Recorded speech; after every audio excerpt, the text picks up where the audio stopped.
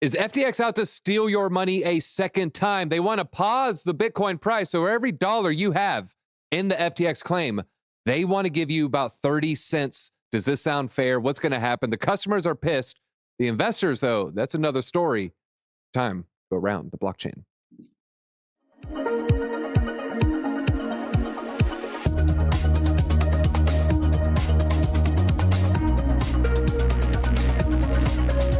All right, we're going to talk about, is Sam Bankman-Fried taking all your Ethereum and Bitcoin and, maybe your bonk as well. But first, we're going to look at our guests. We got two fantastic guests on today. One, we got Matt Snider. I said Matt. I already feel uncomfortable. Is it Matthew or always, or do you go by Matt sometimes?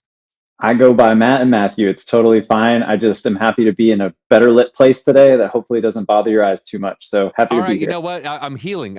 And actually, Good. we have some family around in the same area. My cousin's name was Matt. Actually kind of looked like him. Now I'm getting deja vu. Also on today, Matt, I'm going to come after you one day. All right, Matt, we also have Moonin Papa. Moonin Papa is going to be maybe spending some time in that Pacific Northwest as well. Moonin Papa, when's the last time you seen a redwood? Gave it a hug? Never. When's the last time you seen a redwood? Oh yeah, tons of them. High fives are preferred. I'm not that intimate with the redwood. I just tap it with the elbow. All right, let's but first, before we talk about FTX, also we're going to talk about crypto super PAC. For all that, the saga continues. Wu-Tang. I'm sorry, I had to do the reference there. No, the saga is Solana's phone. And the Solana phone has been ripping faces lately, everybody. In fact, one Solana phone sold over the weekend. In fact, two of them did for $5,000. It seems like people couldn't even give these things away for $500 a couple months ago. Why? Bonk. Bonk is the number one reason why, everybody. It looks like, a lot of people are just trying to farm the airdrop. And you can see here the bonk hype continuing as several of these phones sell for $5,000. Right now, the floor, NFT style, is around 2K. We've seen a little bit of a bonk pullback. The retail price, they actually reduced the retail price because no one wanted this thing. It was so bad. They were selling it for 1,000. Crickets. Nobody, I think it literally was like 12 tokens had been unlocked in a 30-day period. It was incredibly sad, those sales. Then they reduced the price from $1,000 to $600. Still, sales didn't really pick up until people started learning about the Bonk airdrop. If you bought this phone, you're getting airdrops to Bonk and a few other ones. The airdrop was worth over $700 at its peak after it spiked about 700% in 30 days. You also get a free month of Helium Mobile. Okay, 16 dApps. You get Magic Eden and a few others. Speculation, even more airdrops in the future. Now, Matthew, what are your thoughts on the phone and Wu-Tang, if you got time? Well, I think it's actually a very interesting use case for being able to bring adoption to the space. Of course, having a phone and a physical object that comes preloaded with these tokens and these apps is very, very cool and very unique. I'm not exactly surprised that the price went down and they had to do something to sort of spur interest in it. As a registered investment advisor, though, I would say I'm not sure how these aren't securities or how the phone wouldn't be a security. But if you do claim that bonk token, it is income. So make sure that you make sure that you are properly adjusting your portfolio to accommodate a bunch of income as a result of buying this phone. All right. And shout out to Sheikh. Wu-Tang played in Athens, Greece. Matthew Snider, do you have a favorite Wu-Tang member? This is going to be probably the last time I'm on this show because you're going to find out that I don't know a lot about Wu-Tang, only that they sold a lot of NFTs, and my wife's a huge fan. So I'm kind of in the doghouse on both ends now, I guess. Hey, you know what? Martin Shkreli, bought that album as well. Just a Method Man is probably the most popular one, the famous one. Yeah. He's even he started in The Wire, HBO. All right, now Moonin Papa, what are your thoughts on this phone? They reduced the price. No one's buying it. It's selling out on eBay. It's going for, double the high retail, over triple the previous retail. Should someone go out, say it's unclaimed? What do you feel about, buying on eBay for 2K right now? Is that a steal or should you maybe wait? Yeah, I think the train's already left the station on that. It feels like you're chasing the hype at this point. I did take a quick look on eBay before the show and I was surprised that the prices do vary, but at the same time, if you are gonna, bite the hook of the new Saga phone, just be careful that you're buying from someone that has sold a lot of real world products before. Ideally, someone that has more than zero sales, which I've seen a couple of those. Other thing too is like, I don't know anything about the Saga phone. I'm not biting on that hook, but how do you really know if it's unclaimed bonk? There's a couple of questions I would have as a buyer before I'm just going to go ahead and smash that bid button to get the best possible price and have it delivered to be like, oh, it's empty. Well, that's fun. So I think the idea though of the Saga phone is great, that they're actually doing airdrops, which makes it valuable potentially. But what else are they going to do, right? What else are they going to be able to offer to increase that desire to have that phone? So they're on the right track, but can they keep it? Can they keep it going? That's a good question. All right. For those wondering, is it still $2,000 floor? Yeah, they can keep that going as well. I actually pulled up sales. This is, I used to sell things on eBay for years. I was a Magic the Gathering finance guru at an earlier stage in my life, previous decade. So, I got it sorted here. This is buy sold. Now, there is an important aspect here. When you see or best offer, assume it's lower than this. So we scroll down to the next one that doesn't have or best offer. This sold for $2,000 at $2,013.17. Do not think that one sold for $3K. Do not think that one sold for $2,500. This one did sell for $2,300. So, folks, these things are moving for over $2K at the time. So, a lot of hype, and you know what? It's if you got it for $600, you're selling it for $2K. You're instantly making $1,400. Maybe $16 if you got a little. Pat yourself on the back. I like to call that nice profit taken. But speaking of profit taken, let's talk about Solana. Now, Matt, Solana's feeling a little bit frothy. I'm setting up, doing research for a big 2024 video here. Keep an eye out for that one on Discover Crypto. And so I started looking about, year in last year to today, Solana is close to a 7x. I look at other L1s that I think are strong, like say Cardano, it's like 2.4x. There's other ones, it's like around a 3x. Solana's done a 7x in 12 months. Is it feeling frothy to Matthew Snider? Frothy is a pretty good term to use, although not particularly characteristic or uncharacteristic of the crypto market. Lots of things appear to be frothy. I think one of the biggest challenges, of course, is the unraveling of the FTX scandal, which we'll get to soon. And I still think that Solana is a massively manipulated token. I think that there's a lot of VC money in there. There's a lot of wishy-washy transactions that go on. And I think that people are very eager for something fun to do, for something amazing to speculate in, and the price goes up and people think it's in an incredible spot. I was attending a conference the other day, and somebody, an analyst, was showing the pricing prediction for Solana at a valuation of about $95, which was where they put it as an interesting price point for an exit, which I thought was interesting. So it's getting pretty close to that, hovering around in the 70s.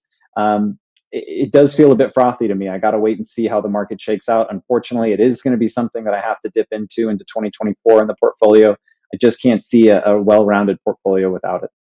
All right. I think that's a fair assessment. I have some Solana, and I'm like looking at the same, like, oh, should I take some profits? I don't know. It's like, if anything, I've actually been buying more Solana kind of accidentally by selling Bonk on a Solana exchange and just putting it into Solana. So, yeah, actually, now that I'm talking myself out, like, oh my God, I was a net buyer at like $60. Like, maybe I should try to find an exit. Moonin Papa, what do you feel about that? I mean, what do you feel about Solana's current levels? Right around, I think we're $70. I'll pull up the exact price. 1 second. $72.12.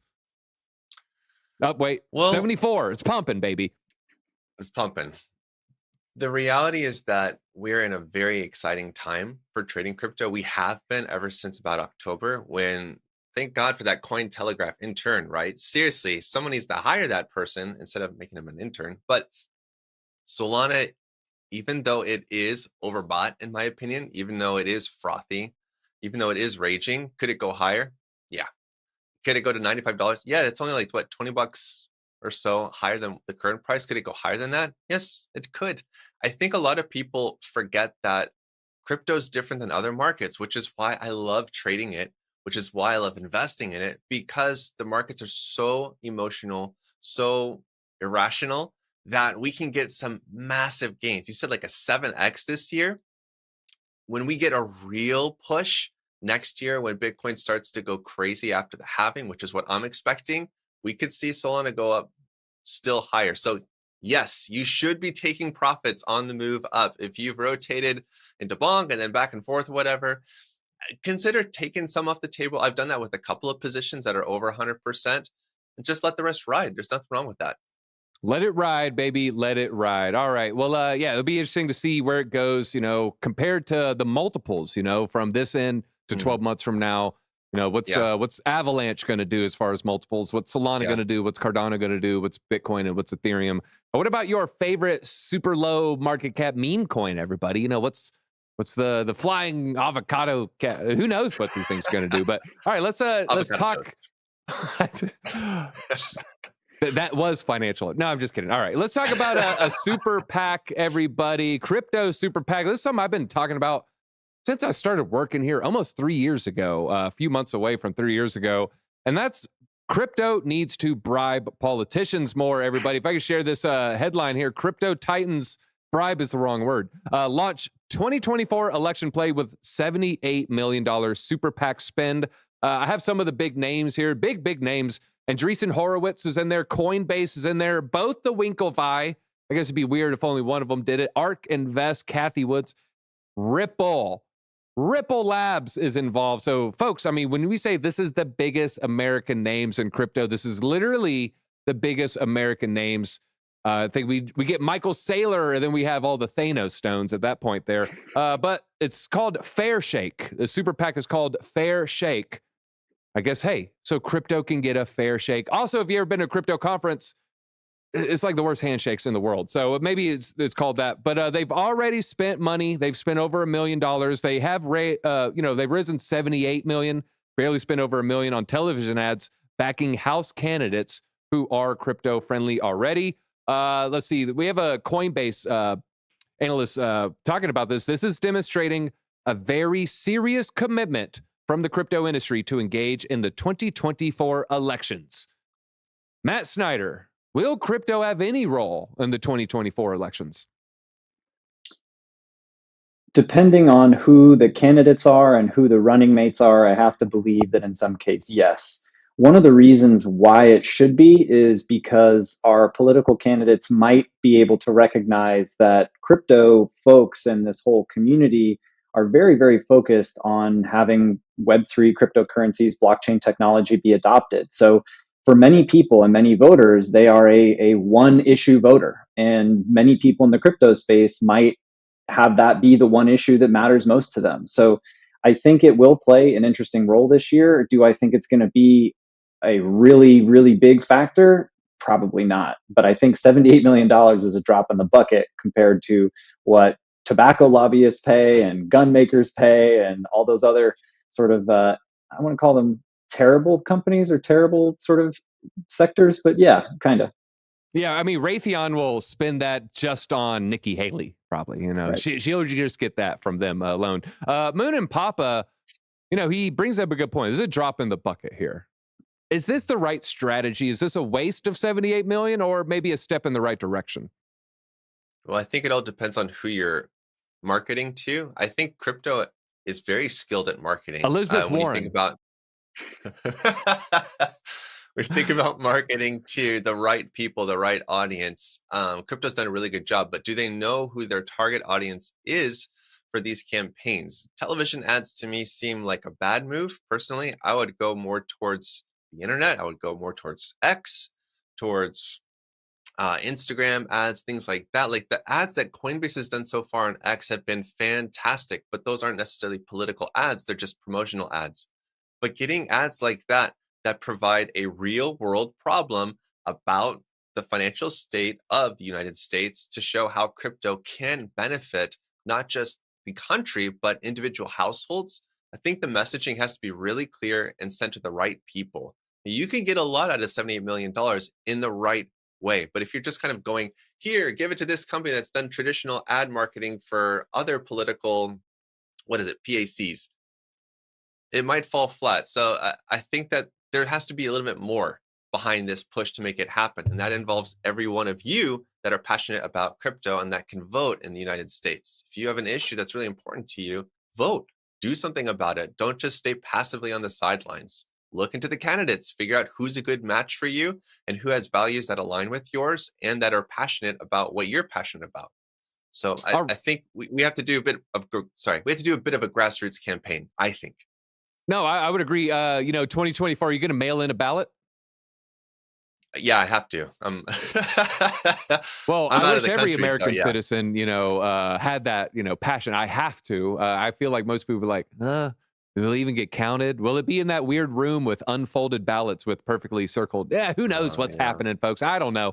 But Moonin Papa, do you think we'll get a crypto-friendly president, at least as a nominee in 2024? I'm hopeful.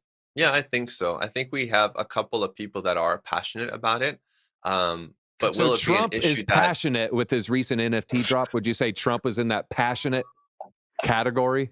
Moonin Papa, is he passionate about Satoshi's white paper? Oh yeah, I think he's passionate. He's passionate about some things. Hey now, let's ride that storm. Stormy, anyways. All right, now Matt, will we get a crypto-friendly president 2024? What are your thoughts?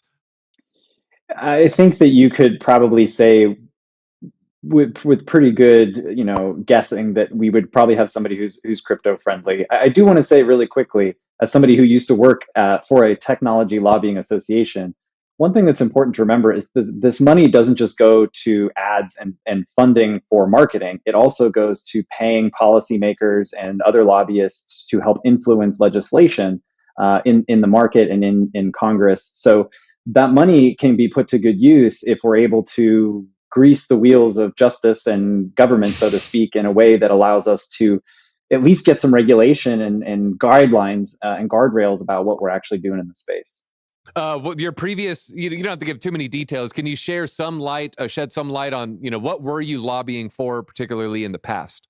Was it for Ripple? Yeah, so it was actually a lot of privacy, data privacy, and a lot of the net neutrality stuff that was going on in the 2010, 2011. So we had about 100 different tech companies, Google, Amazon, Facebook, all of them.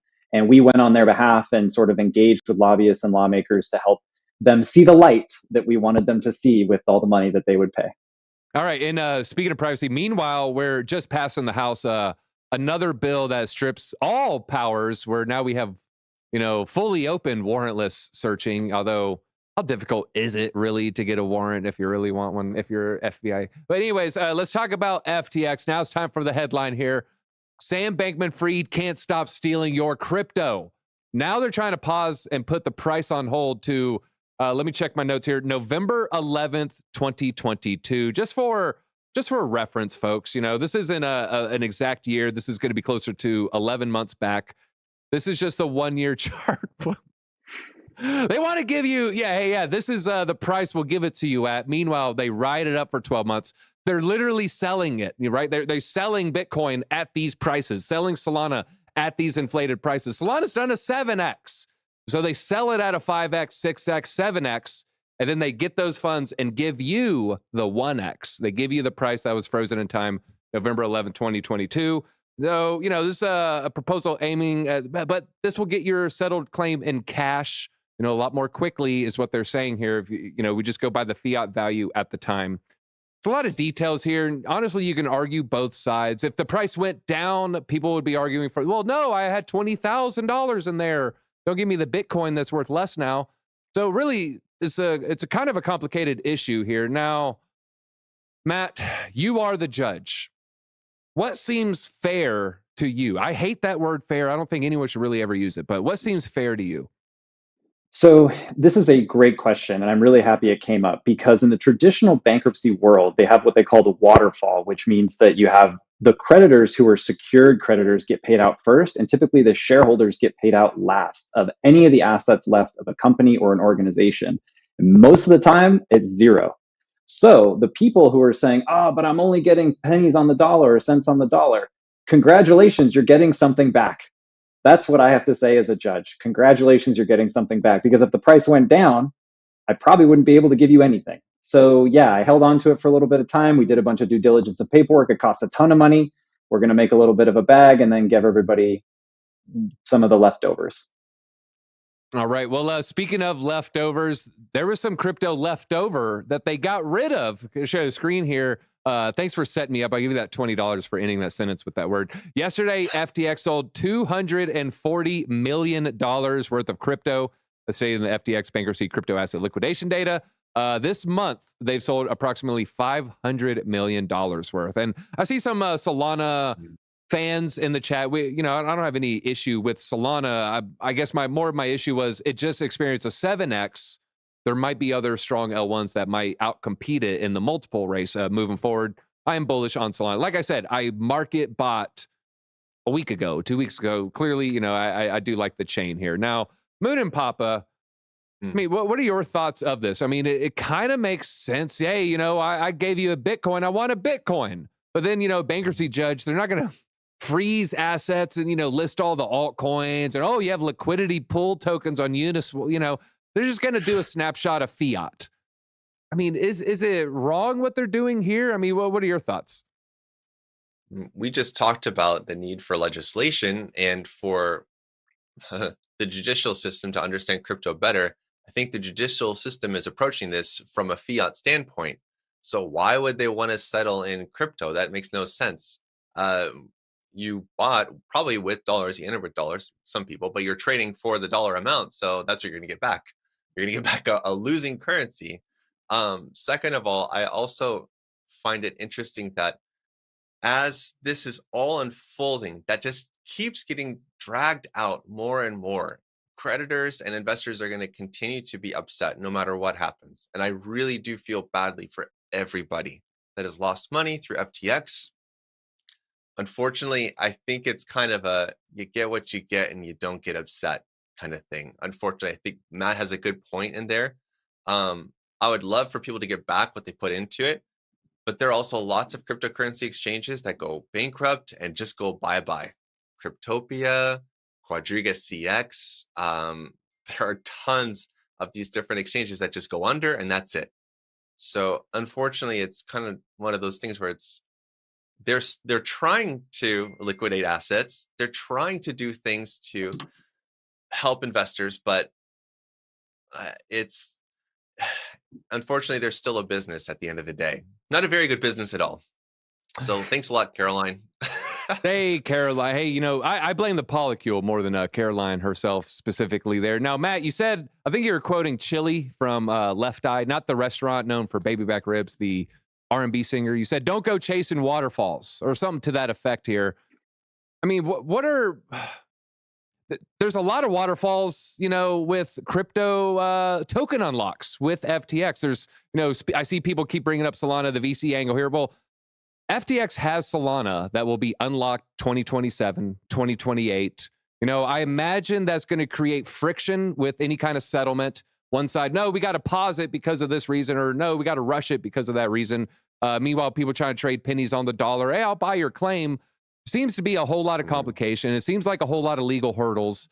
Do we have a new Mt. Gox situation on our hands? Are we going to be talking about people still not being whole 8 years later? I think what's important to remember is that this is not new. Bankruptcies have happened. People have lost money. You can do all the research in the world and nothing can protect you against fraud. I don't know how many people got money back from not Jeffrey Epstein. Who's the other one? The Ponzi guy. Now that I can't remember his name. Bernie Madoff. Bernie Madoff. There you go. Yeah. I don't think a lot was at Epstein's Island. Let's just say, who knows? Looks synonymous. I don't know. He has the look. But yeah, you can't say that this is anything new. There's going to be a lot of upset people. It's going to take forever to get this stuff figured out. And the token unlocks, like you said, are just going to make things even more contentious and even more confusing. And without any guardrails or without any sort of legislation in place to teach us what to do, we're going to have to start writing the rules so that we can hopefully do this the right way next time. And I say that like tongue in cheek, like I hope it doesn't happen again, but it's crypto, so it's going to.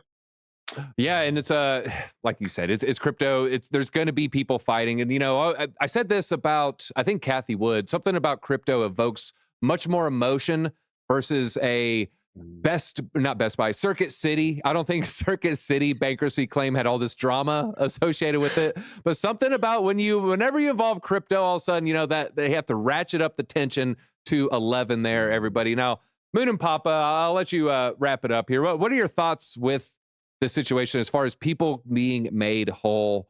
I mean, should they just give up and just take what they take, or hey, should I keep my eyes on the prize over that horizon? I don't think there's anything wrong with advocating for yourself and the funds that you're wrongfully usurped Yeah. of. It's a weird way to put it, but I feel like there has to be a balance too. But I don't think there's anything wrong with pushing to get a better price for the crypto that that FTX stole from people. At the same time, FTX, I believe they just had paper BTC. They had paper tokens. They didn't really have anything too. So that's also a pickle. But I think there's nothing wrong with advocating for yourself. If you lost a lot of money with FTX and it seriously affected your portfolio, I would go after it. If that was me. Thank God I withdrew all my funds because I'm out of the US and I couldn't. There's a long story, but basically I got out of my funds, all of my funds out of FTX back in April of 2022 before all this stuff happened. So I feel spared from and very thankful because of that. But if my funds were stuck there, yeah, I would be pretty upset like a lot of you are, and I'd be working a lot harder, working with a lawyer, working with a bunch of people to group together to try to get a better price on this payout from FTX. Yeah, I would be, you know, at the Bahamas at the time. I'd be, you know, at the court case. I would be the one sketching very unrealistic SPFs in Caroline. You know, oh man, I'd go hard. I would not paint them like Leo did those ladies. It'd be the opposite. It'd be the other direction. No, everybody. Ron McDonald and Grimace all the way. Yeah. Well, you're gonna grimace when something. Anyways, all right. I do want to share. I just tweeted out this live, folks. We did just migrate to the new channel last week. I haven't been the best on getting the word out on this, so appreciate any kind of love. And I tagged Moonin Papa and Matt at Block 3 Strategy. I highly recommend follow their content. They really are putting out great stuff. Always have a great time just chit-chatting with them, shooting the you-know-what, talking about Sam Bankman-Fried's curly hair. Not there, you know what I'm talking about. But folks, that is all we have time for. I can't end it. You know what, Moonin, I'm just going to throw it to you. Give us some parting thoughts because I'm not capable. You are all doing a fantastic job with this market. I am using this hand gesture on purpose to trigger a specific movie to mind. Don't listen to that movie. Take some profits. You need to take some profits on the way up, okay? Don't hold to zero. There's no WAGMI movement right now. Like, you got to take some profits. It's not profit until you take some. That's what I'm going to leave you with today. Until the next time, you know what to do. Stay awesome and stay in the green. Peace. All right. And hit that like button on your way out. Make sure you follow the people, and I'll give you a little sound effect as well. Hit that thing. We'll see you tomorrow.